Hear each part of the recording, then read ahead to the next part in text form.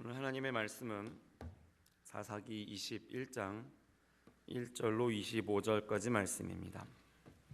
사사기 21장 1절로 25절까지의 말씀, 구약성경 400면에 있습니다. 사사기 21장 1절로 25절까지의 말씀입니다.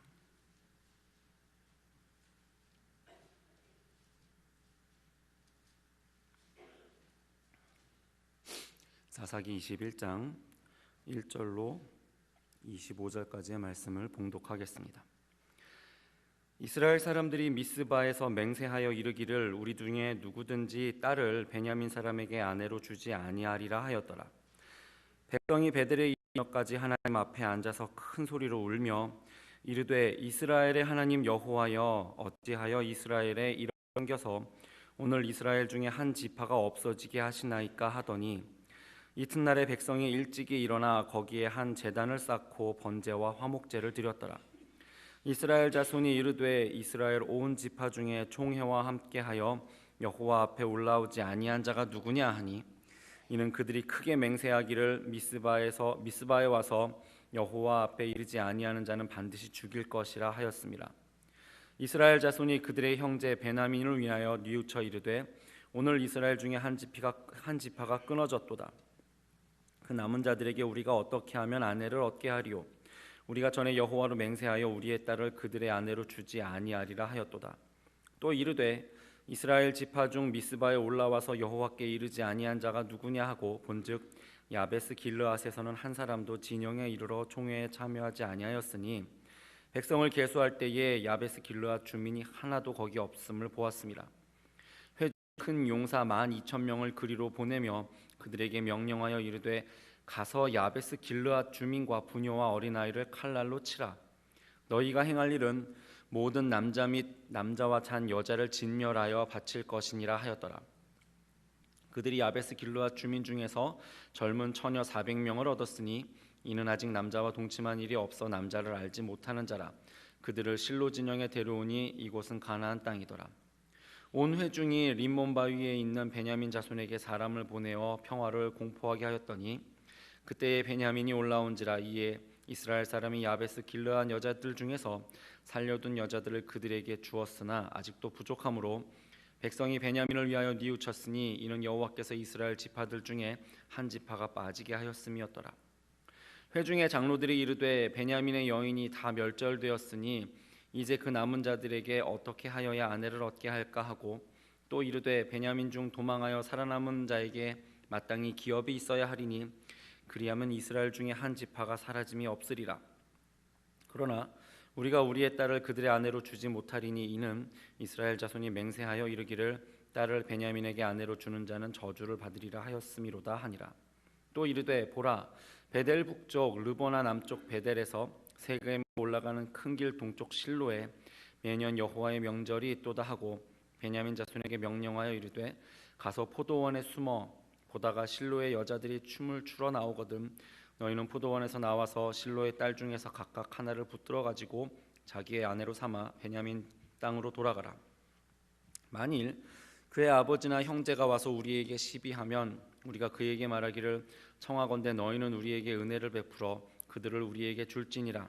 이는 우리가 전쟁할 때에 각 사람을 위하여 그의 아내를 얻어주지 못하였고 너희가 자의로 그들에게 준 것이 아니니 너희에게 죄가 없을 것임이니라 하겠노라 하매 베냐민 자손이 그같이 행하여 춤추는 여자들 중에서 자기들의 숫자대로 붙들어 아내로 삼아 자기 기업에 돌아가서 성읍들을 건축하고 거기에 거주하였더라.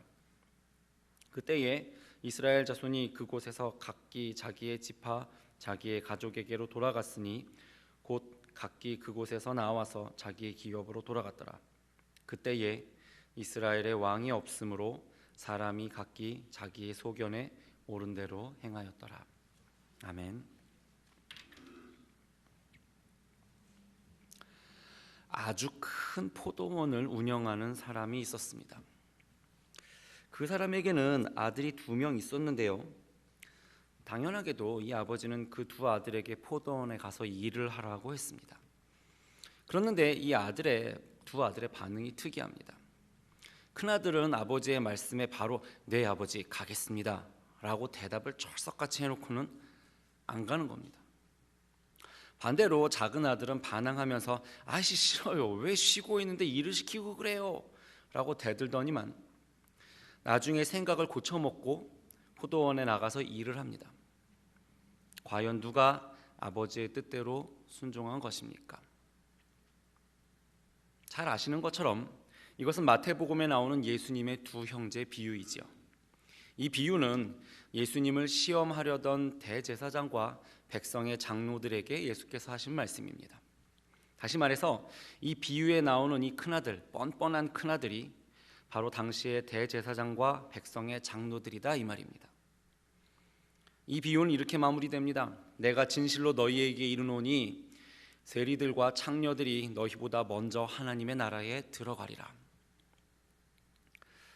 이처럼 겉보기에는 하나님을 참 잘 섬기는 것처럼 보이는데 실제로는 별로 그렇지 않은 사람들이 우리 주변에도 있습니다.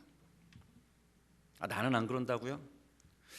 대제사장과 백성의 장로들도 예수님께 그런 말을 들을지는 몰랐을 것입니다. 바리새인들도 예수님께 회칠한 무덤이라는 소리를 들을 줄은 몰랐을 것입니다. 나는 괜찮은 것 같다는 생각이 들 때가 바로 스스로를 점검해 봐야 할 때입니다. 그렇게 자기 자신을 냉정하게 점검해 보기 원하는 사람들에게 오늘 이 사사기의 말씀에 의미가 있습니다. 여러분, 실천적인 무신론자는 하나님을 알기는 아는데 실제로 그의 삶은 하나님의 부재 가운데 사는 사람입니다. 생소한 용어가 있지요. 그냥 무신론자면 무신론자지 실천적인 무신론자는 또 뭐냐 그러실지도 모르겠습니다. 제가 만든 말이 아니고요, 저도 제 선생님께 배운 말입니다. 그렇게 교회도 잘 나오고 성경도 많이 읽고 신앙생활도 잘하는 것 같은데 실제로 그 자신의 삶은 마치 하나님이 없는 사람처럼 산다. 그래서 그런 사람을 두고 부르는 말이 실천적인 무신론자입니다. 입은 유신론자인데 삶은 무신론자란 얘기죠. 나는 구원받았다라고 말하는데, 나는 예수님을 믿는다라고 말하는데, 나는 예수님의 피로 죄사함을 받았다라고 말하고 복음의 메시지를 청산유수로 줄줄줄 말할 수도 있는데, 심지어 교회에서 봉사도 곧잘 하는데 실제로 그 삶은 하나님이 없는 것처럼 살아가는 사람들이 있습니다. 스스로 주장하기에는 하나님을 믿는 유신론자인데 실천적인 차원에서는 마치 하나님이 없는 것처럼 사는 무신론자다라는 말입니다. 다시 말씀드립니다. 실천적인 무신론자는 하나님을 알기는 아는데 하나님의 부재 속에 사는 사람입니다. 하나님 없이 사는 사람인 거죠. 좀 시간이 됐는데 90년대에 나온 투캅스라는 영화를 기억하시는지 모르겠습니다. 보신 적 있나 몰라요. 안성기 씨와 박중훈 씨가 주연을 맡은 그 수사 코믹물입니다. 이 영화에서 안성기 씨가 맡은 역할이 뭐냐면요, 바로 비리 경찰입니다. 경찰의 신분을 이용해서 여기저기 돈도 뜯고 다니고 오만 나쁜 짓은 혼자서 다 하고 다니는데 수요일에는 머리에 기름을 싹 바르고 단정하게 옷을 차려입고는 교회에 갑니다. 남의 등이나 처먹고 사는 비리 경찰인데 그렇게 나쁜 사람인데 교회에 가면 이분이 집사님이에요. 그래서 기도 시간에는 오만 오버 액션을 하면서 아멘 할렐루야 이러면서 큰 소리로 외치고 있는 이 부조화를 혹시 불편한 마음으로 보신 분이 기억하시는 분이 계신지 모르겠습니다. 이 영화의 장면은 보는 이들에게는 웃음을 주지만요, 이것이 꼭 웃기는 얘기만은 아닙니다. 실제로 일어나기도 하는 이야기이기 때문입니다. 그렇게 신실하고 거룩해 보였던 기독교인들이 교회에서 보여줬던 그 신실한 모습과는 너무도 다른 삶을 살아가다가 세상의 손가락질을 받았던 적이 이게 한두 번이 아닙니다. 여러분, 오늘날 우리 사회에는 생각보다 많은 실천적인 무신론자들이 살아가고 있습니다. 신학교를 나와서 성경도 알고 하나님도 잘 알지만 하나님이 없는 것처럼 살았기 때문에 목사님들이 성추행도 하고 논문 표절도 하고 교회 재정도 자기 돈처럼 마구 쓰고 살았다는 얘기입니다. 평생을 교회를 섬기면서 살다 보니까 열심히 했으니까 장로님도 되고 했겠지만 자신의 일터에서는 하나님이 없는 것처럼 살았기 때문에 남을 속이고 비리를 저지르고 타인에게 피해를 입히면서 살았다는 겁니다.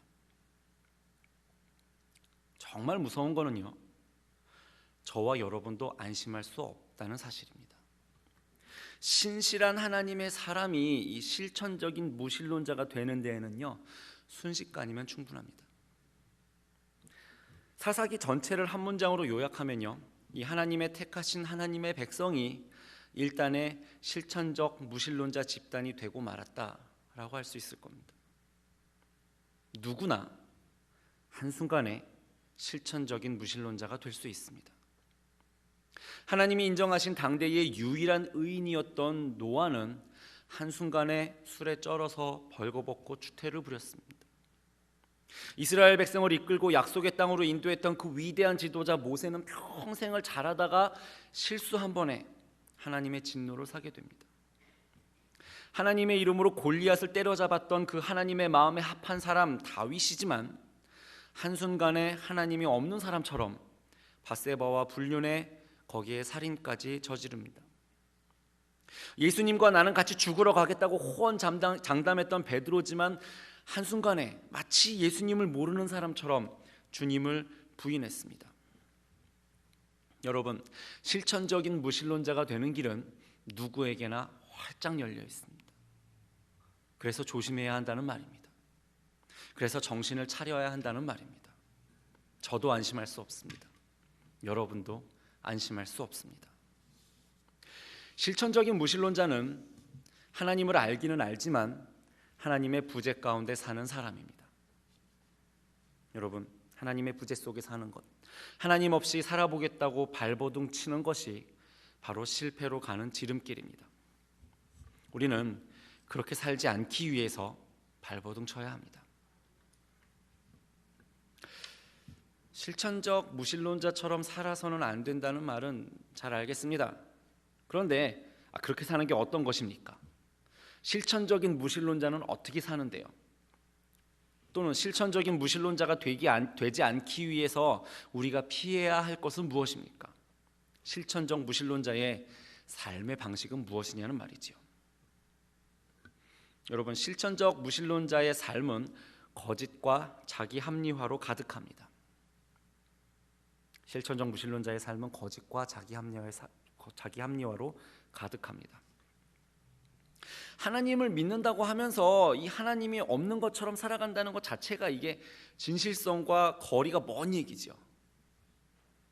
아이러니컬하게도 이러한 위선과 가식은 무엇보다도 종교 생활에서 더욱더 강하게 나타납니다. 교회를 열심히 다니고 있는데 말씀대로 살지 않는다는 말입니다. 손들고 찬양하고 눈물을 흘리면서 부르짖어서 기도하는데 살기는 내 마음대로 산다는 겁니다. 몰라서 그러는 것이 아닙니다. 예수님 시대의 바리새인과 서기관들처럼, 대제사장들과 장로들처럼 당대의 누구보다도 말씀을 잘 알았지만 하나님의 부재 가운데서 살았던 사람들은 얼마든지 있었습니다. 투캅스에 나오는 안성기 씨처럼 비리 경찰로 살아가고 있지만 수요 예배도 잘 드리고 11조와 헌금도 많이 할 수도 있다는 얘기입니다. 오늘 본문에 나오는 이스라엘 백성들이 딱 그 모습입니다. 2절을 보십시오. 백성이 베델에 이르러 거기서 저녁까지 하나님 앞에 앉아서 큰 소리로 울며, 또 4절을 보십시오. 이튿날에 백성이 일찍이 일어나 거기에 한 제단을 쌓고 번제와 화목제를 드렸더라. 얼마나 감동적인 장면입니까? 드디어 이스라엘 백성이 하나님 앞에 회개의 눈물을 흘리나 봅니다. 하나님 앞에 제단을 쌓고 예배를 회복하고 있습니다. 이제 회개의 운동이 일어났으니까 곧 부흥의 물결이 넘실넘실 거리게 될 것입니다. 그랬으면 좋겠는데 사실 이 사람들 지금 쇼하고 있습니다. 하나님 앞에서 앉아서 울고 있는 것도 쇼이고 제단을 쌓고 번제와 화목제를 드리는 것도 쇼입니다. 어떻게 알 수 있냐고요? 우선 오늘 본문의 어디를 살펴봐도 하나님이 응답하셨다는 말이 없습니다. 하나님이 받으실 만한 회개도 아니었고 하나님께서 받으실 만한 제사도 아니었다는 말입니다. 그리고 3절에 나타나는 그들의 태도를 보면 좀 더 분명하게 알 수 있습니다. 이르되 이스라엘의 하나님 여호와여, 어찌하여 이스라엘에 이런 일이 생겨서 오늘 이스라엘 중에 한 지파가 없어지게 하시나이까 하더니. 지금 이스라엘 백성들이 회개하고 있나요? 울기는 울었는데 회개의 눈물이 아닙니다 하는 말을 보십시오. 그들은 지금 이스라엘 중에 한 지파가 없어지게 된 사실 때문에 울고 있지요. 베냐민 지파와 동족 상잔의 전쟁을 해서 그들을 멸종 직전까지 가도록 만든 게 도대체 누굽니까? 이스라엘 백성들이요. 자기들입니다. 자기들이 그래놓고 이 양반들이 이제 와서 말하는 것 좀 보십시오. 어찌하여 이스라엘에 이런 일이 생겨서 오늘 이스라엘 중에 한 지파가 없어지게 하시나이까. 지금 누구를 비난하고 있나요? 하나님을 비난하고 있습니다. 죽이기는 자기들이 죽여놓고 하나님께 왜 그러셨냐고 그러는 겁니다. 눈물도 가짜요, 번제와 화목제도 가짜입니다. 아마도 정말로 목 놓아 울었을 겁니다. 목이 쉬도록 울었을 겁니다. 정말 진지하게 제사를 드렸을 겁니다. 그러나 쉬웁니다. 연기입니다. 실천적인 무신론자의 예배도 얼마든지 진지할 수 있습니다. 눈물을 흘리며 기도할 수도 있습니다. 그러면서도 실제로는 하나님 없는 위선적인 거짓된 모습으로 살아갈 수 있는 이것이 바로 실천적인 무신론자입니다. 그리고 이 위선과 잘 맞물려 있는 것이 바로 자기 합리화입니다. 하나님께 인정받을 수 없기 때문에 방금 이스라엘의 기도에서도 잘 볼 수 있는 것처럼 자기 합리화를 하기 위해서 무던히도 애를 씁니다. 위선적인 고백, 가식적인 신앙생활, 책임 회피 등의 일련의 행동들이 이게 모두 자기 합리화와 맞닿아 있습니다. 이게 어떻게든 간에 자기를 포장해야겠기에 자꾸 위선적인 거짓 고백들이 나옵니다. 하나님의 부재 가운데 있기 때문에 거짓 맹세가 판칩니다. 논문 표절이 밝혀지면 물러나겠다고 공언했지만 하나님 무서운 줄 모르기 때문에 자꾸 말을 바꾸고 핑계를 댑니다. 성추행 문제로 자숙하기로 했지만 하나님 없이 사는 사람이기 때문에 다시 말을 바꾸고 근처에서 다른 교회를 개척합니다. 건물을 지어서 교회에 헌납할 정도로 가진 것이 많았지만 엄청난 탈세를 저지른 사실이 밝혀지자 하나님께 다 드리고 나니까 남은 돈이 없다고 주장했던 어떤 부자 장로님은 귀여워 보이기까지 합니다. 어떻게든 나는 괜찮다고 말하고 싶어 합니다. 어떻게든 나는 문제가 없다고 느끼고 싶어 합니다. 그런데 그게 문제입니다.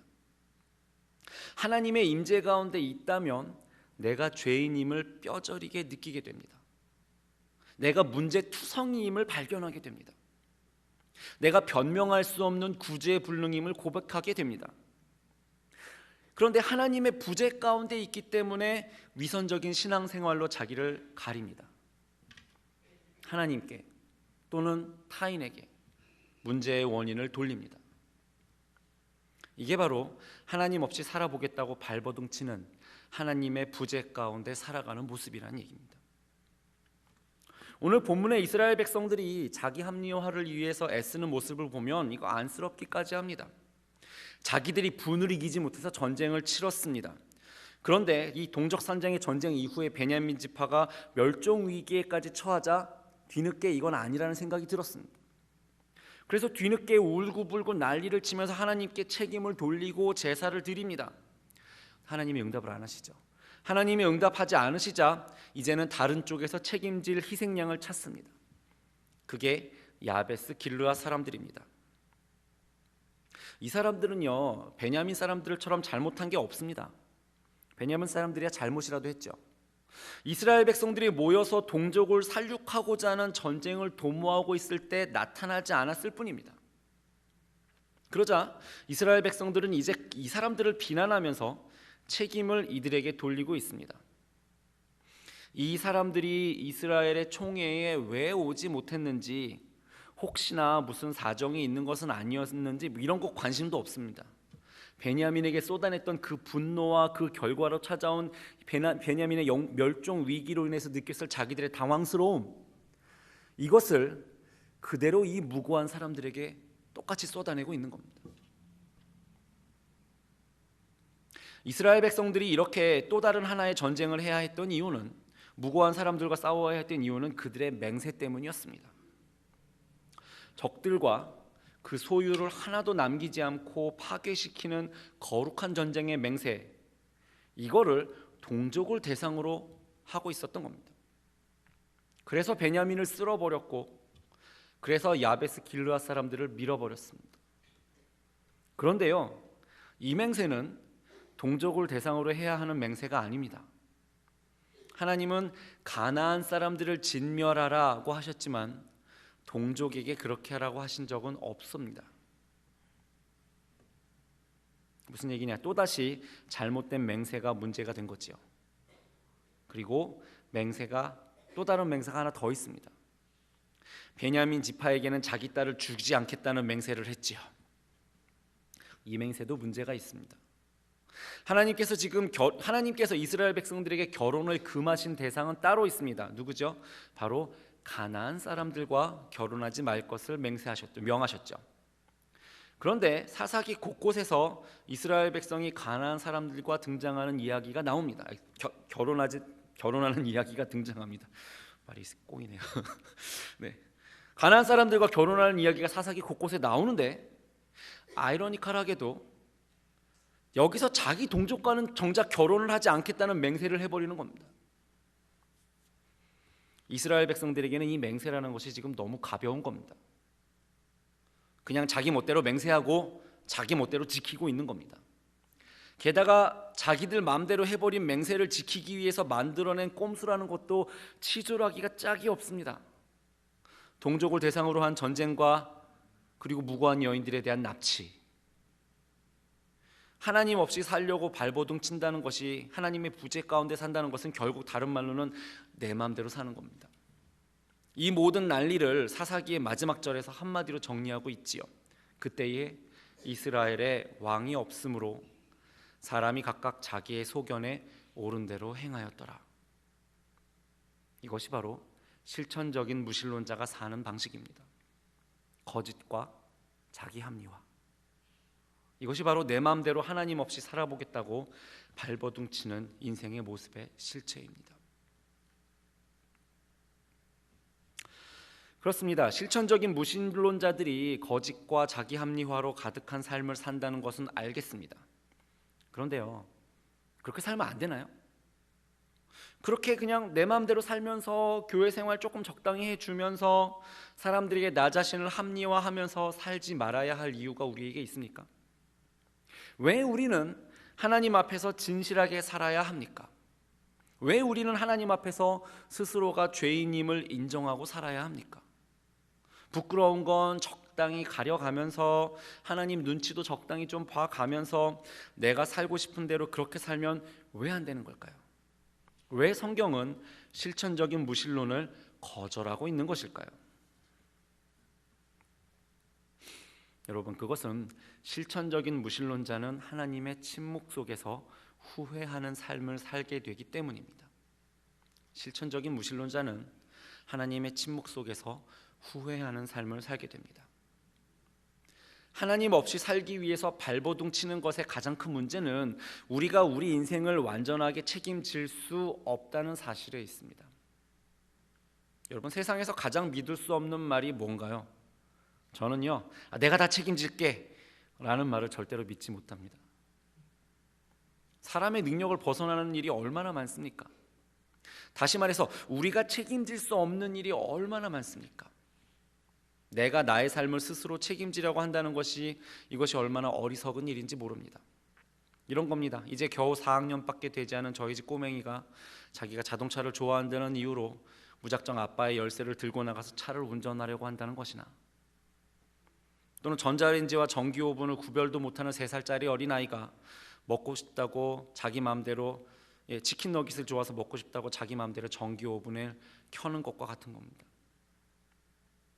우리는 가진 능력이 제한되어 있어서 나도 모르게 잘못을 저지르고 치명적인 실수를 할 가능성이 정말 많은 존재들인데, 그러한 사실을 제대로 직시하지 못하고 그냥 뭐든지 내 마음대로 하겠다고 발버둥 치는 행동은 어쩌면 숯불이 가득한 화로를 그냥 발로 차버리는 그런 위험천만한 태도라는 것입니다. 내 마음대로 살지 않고 하나님을 의지하면서 살 수 있다는 것이 우리에게 얼마나 큰 축복인지 모릅니다. 그런데 실천적인 무신론자들은 하나님의 이름을 부르기는 하지만 마치 하나님을 없는 존재처럼 무시하고 살기 때문에 하나님께서도 결국 그들에게 침묵하실 수밖에 없습니다. 하나님께서 침묵하시면 어떻게 해야 할까요? 결국 하나님이 인도하시는 은혜를 누릴 수가 없으니까 더더욱더 내 마음대로 살 수밖에 없습니다. 다른 옵션이 없어요. 부족한 인간이다 보니 치명적인 실수와 잘못은 계속해서 쌓여갑니다. 후회하지 않고 살 수 있을까요? 후회할 수밖에 없습니다. 실패할 수밖에 없습니다.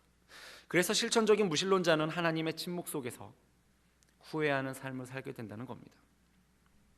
오늘 본문의 이스라엘의 백성들의 모습을 보십시오. 저는 이 사사기의 마지막 스토리를 보면 광기라는 단어가 떠오릅니다. 정말 이거 모두가 미쳤구나라는 생각이 들지 않으시나요? 하나님 없는 듯이 사는 실천적인 무신론자 집단이 되어버린 이스라엘 백성에게 남은 것은요, 이 잘못된 선택과 광기 어린 살육의 현장입니다. 동족을 상대로 전쟁을 일으키고 거의 멸종 상태까지 끌고 간 다음에는 울면서 후회를 하고 있습니다. 그들에게 참된 왕이신 하나님이 살아계셨다면 이러지 않았을 건데, 살아계신 하나님께서 그들에게는 마치 죽은 하나님처럼 그들은 하나님의 뜻이 아닌 자기들이 원하는 대로 행동하면서 계속하여 사태를 더욱더 악화시키기만 합니다. 그리고 이 모든 후회와 잘못의 악순환의 중심에는 하나님의 침묵이 자리하고 있습니다. 2절을 보십시오. 이스라엘 백성은 큰 소리로 울고 있는데 하나님은 대답이 전혀 없으십니다. 3절에서는 이스라엘 백성들이 하나님께 책임을 전가하면서 따지고 들지만 여전히 하나님은 침묵하고 계십니다. 뭔가 대답을 기대했던 이스라엘 백성들은 하나님의 대답이 없자 이게 좀 비상사태라고 생각을 했는지 4절에서는 번제와 화목제를 드립니다. 그리고 하나님의 응답을 기다리고 있는데 여전히 대답이 없으십니다. 그러자 5절에서 드디어 그들이 또 다른 책임 회피 및 합리화의 작업을 하면서 야베스 길르앗을 진멸하는 데까지 갑니다. 그런데 하나님은 뭘 하고 계시나요? 여전히 침묵하고 계십니다. 하나님을 알기는 하지만 하나님을 없는 것처럼 그렇게 사는 이스라엘 백성들에게 정말로 하나님께서 진짜 마치 없는 분인 것처럼 반응하셨다는 얘기입니다. 그래서 결론이 어떻게 났지요? 15절입니다. 백성들이 베냐민을 위하여 뉘우쳤으니 이는 여호와께서 이스라엘 지파들 중에 한 지파가 빠지게 하셨음이더라. 결국 이스라엘은 후회하고 있으며, 그렇지만 이 난리의 책임은 여전히 하나님께 전가하고 있는데, 그런데도 하나님은 계속하여 침묵하고 계십니다. 이처럼 실천적인 무신론자는 하나님의 침묵 속에서 후회하는 삶을 살 수밖에 없습니다. 진짜로 하나님이 안 계신 것처럼 되어버리고 만다는 겁니다. 결국 하나님 없이 살아보겠다고 발버둥 치는 것이 실패로 가는 지름길입니다. 실천적인 무신론자는 결국 하나님의 침묵 속에서 후회하는 삶을 살게 될 뿐이기 때문입니다. 혹시나 저와 여러분은 혹시나 실천적인 무신론자는 아닌가요? 실천적인 무신론자는 하나님을 알긴 하지만 하나님의 부재 가운데 하나님이 없는 것처럼 사는 사람들입니다. 실천적인 무신론자는 거룩해 보이고 또 신실해 보일 수도 있지만 그들의 삶은 거짓과 자기 합리화로 가득합니다. 그러나 그 실제의 삶 속에서 마치 하나님이 없는 것처럼 사는 자들에게는 하나님도 역시 없는 분인 것처럼 침묵하실 것이고, 하나님 없는 그들은 잘못된 선택과 후회로 점철된 삶을 살 수밖에 없습니다. 여러분, 하나님 없이 살아보겠다고, 내 마음대로 살아보겠다고 발버둥 치는 것이 바로 실패로 가는 지름길입니다. 그래서 우리는 항상 스스로를 점검했으면 좋겠습니다. 나의 태도와 삶의 방식을 살펴봄으로써 내가 알고 있는 하나님, 내가 믿는 하나님, 내가 섬기고 있는 이 하나님은 참으로 살아계신 하나님이신가를 끊임없이 고민하면 좋겠습니다. 기억하십시오. 하나님 없이 살아보겠다고 발버둥 치는 것이 바로 실패로 가는 지름길입니다. 우리는 실천적인 무신론을 주의해야만 합니다. 함께 기도하겠습니다. 살아계신 아버지 하나님, 하나님을 죽으신 분처럼 여기지 않도록 하여 주시옵소서. 우리의 인생의 여정의 한 걸음 한 걸음을 항상 살아계신 하나님 앞에서 두렵고 떨리는 마음으로 하나님의 인도하심을 구하며 살아가게 하여 주시옵소서. 하나님, 살아계신 하나님과 동행하는 우리 각 사람들이 될 수 있도록 우리의 마음과 생각을 주장하여 주시옵소서. 예수님의 이름으로 기도합니다. 아멘.